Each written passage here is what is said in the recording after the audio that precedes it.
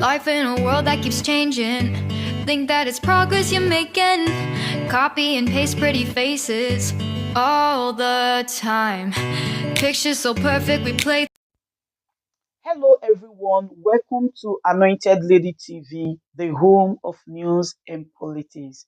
If it is your first time in this channel, you are highly welcome. Thank you so much for stopping by. And if you like what we do on this channel, hit on the subscribe button, also put on the notification bell so you'll be notified by YouTube anytime we drop a new video. And if you are returning subscribers, thank you very much for always coming back to watch our videos. On this platform, we drop videos every day and we react to every video that come our way. And on this very video, I will be watching with you. And after watching, let's go to the comment section and drop our opinion constructively. Like our videos and also share our videos if possible. See you next time in my next video. Well, the National Executive Council meeting is expected to hold in Bursht State, but in a swift reaction, the Julius Aburi-led executives are kicking against this, calling it illegal. Well, there's a lot to cover in this, as the issues actually date back to last year's primaries and several court processes afterwards. What is going on in the camp of the party that shocked a lot of political scientists and bookmakers? Well, we're joined on the program by Mr. Kenneth Okonkwo, who's a lawyer and spokesperson of the Labour Party Obidati Presidential Campaign Council, joins us live from our Buírśt studio. Good evening, and thank you for joining us on the program. Yeah, good evening for having me, and good evening, viewers. Well, right. For a lot of people, this is the first time they're seeing you after that episode, because a lot of your party's supporters were unhappy at your seeming admittance that that leaked audio was indeed Mr. Obi's voice, and Mr. Obi and the party, of course, released a statement later describing it as fake and doctored. And for a lot of people, they were wondering what exactly played out in that episode.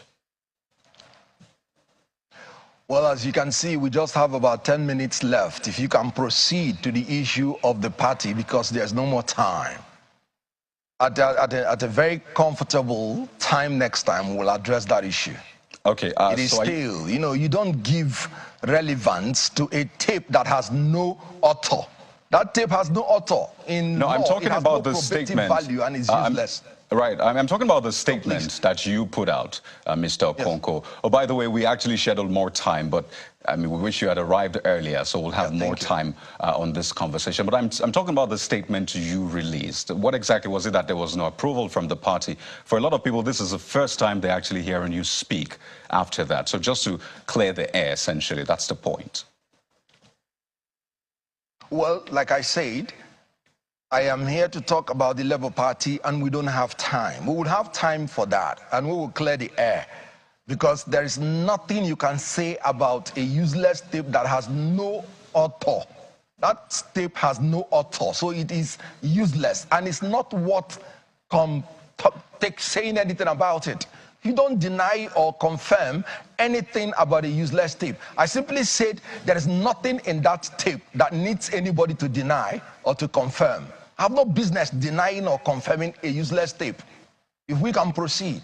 So essentially you're saying that you did not confirm that, even though you said our attention has been drawn to the publication of this audio tape of a private conversation between Peter Obi and Bishop Oyedepo. So you're saying that you didn't mean to confirm that by using those words, essentially. I said the tape is not worthy of confirming or denying, because there's nothing in that tape whatsoever.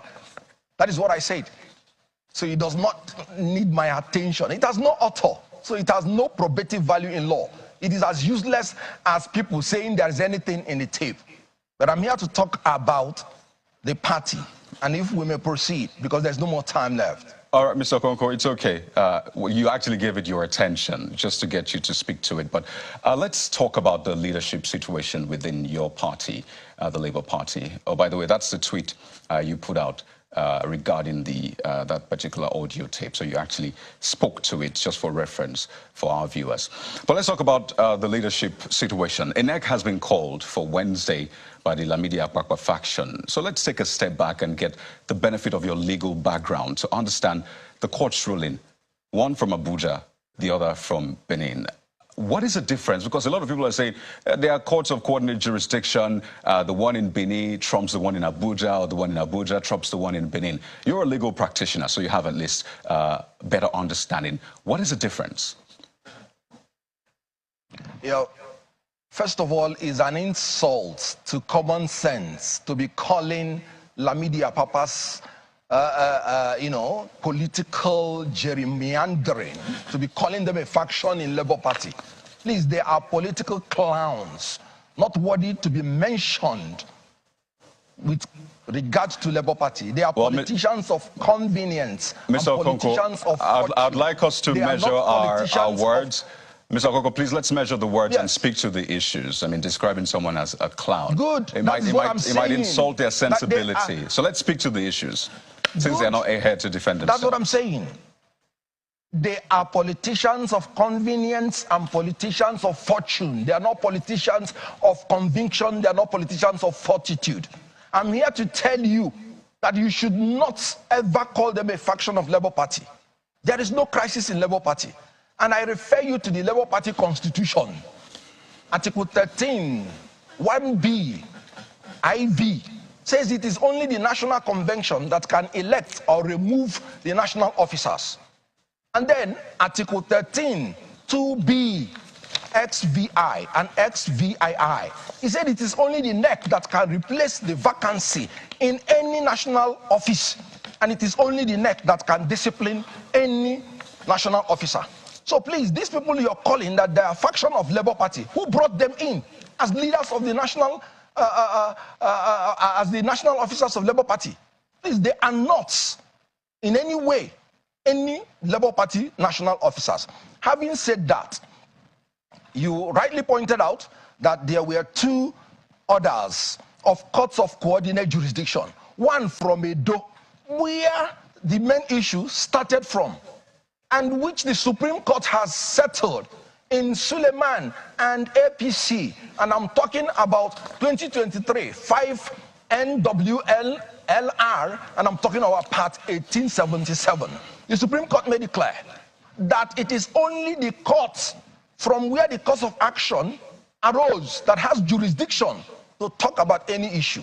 And that court is located in Edo State.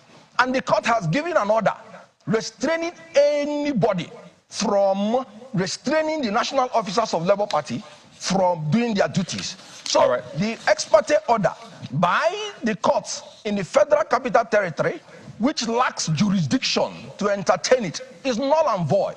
All right, Mr. Okonkwo, for the benefit of our viewers, let us show that court, the court ruling from Benin City first, and see who the court was speaking to and what the court asked for. If we just pull that up, the court. So that's what the court said, the final ruling from the Benin City High Court, saying that I hereby make an order of interim injunction restraining the first and second defendants. By the way, the first and second defendants in this case, the Ward 3 chairman, that's Thompson Ehigwese and Lucky Shoaibu, essentially. Those are the first and second defendants, and those are the ones that the judge was speaking to. So it says, from submitting and or transmitting the purported notice of suspension signed by Ward 3 executive of Labour Party to the third defendant for deliberation. The third defendant is Labour Party. So when you say that the court in Benin restricts even the national officers, at what point or which part of this order does that reflect, or is that reflected, rather? No. I said the courts in the Federal Capital Territory is the one that restrained or purportedly restrained the national officers from acting. The court in Benin City restrained the defendants, that's those people who purportedly suspended the national officers, from doing anything with that illegal suspension. Meaning this is Mr. Okonkwo, pardon me. Please, let's go through the Abuja one now, just so we know, because the Abuja case does not refer to the ward at all.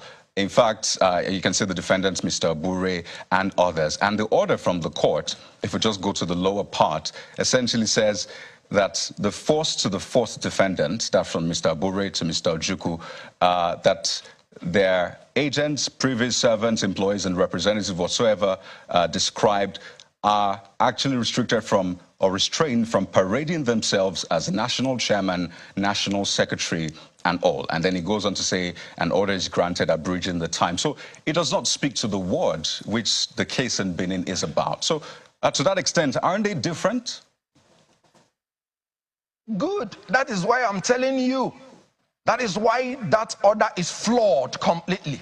Having read that order, what have you made out of that order? Nothing.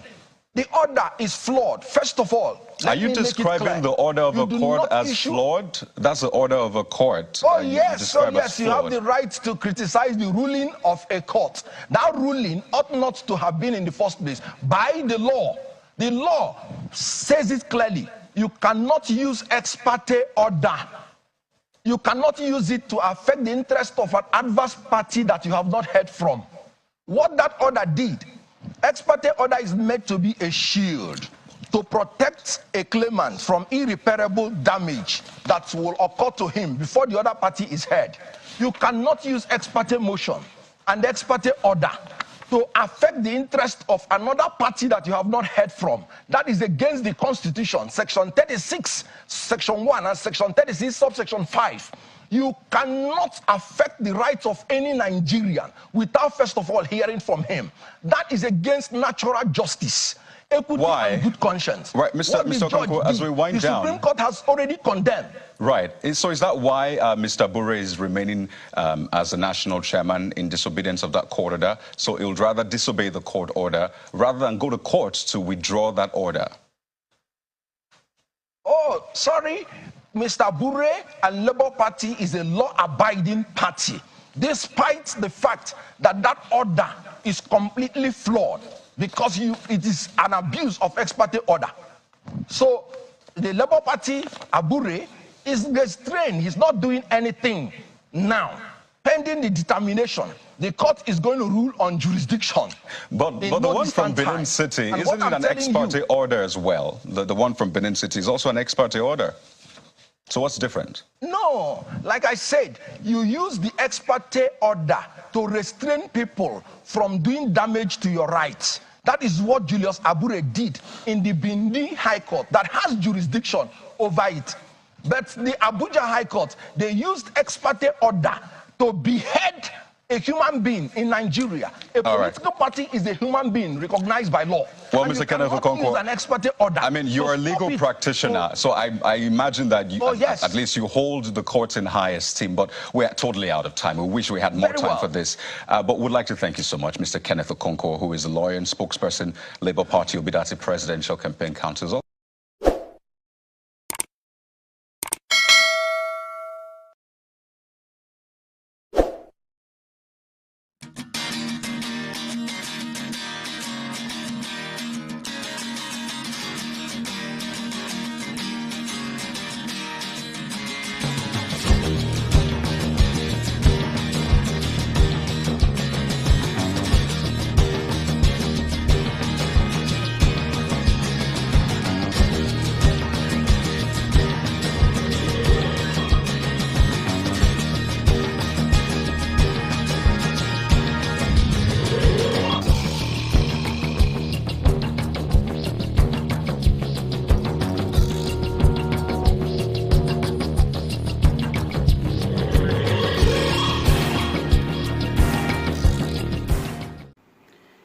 Good day, ladies and gentlemen. Good day, my brothers and sisters, my mommies and my daddies over there.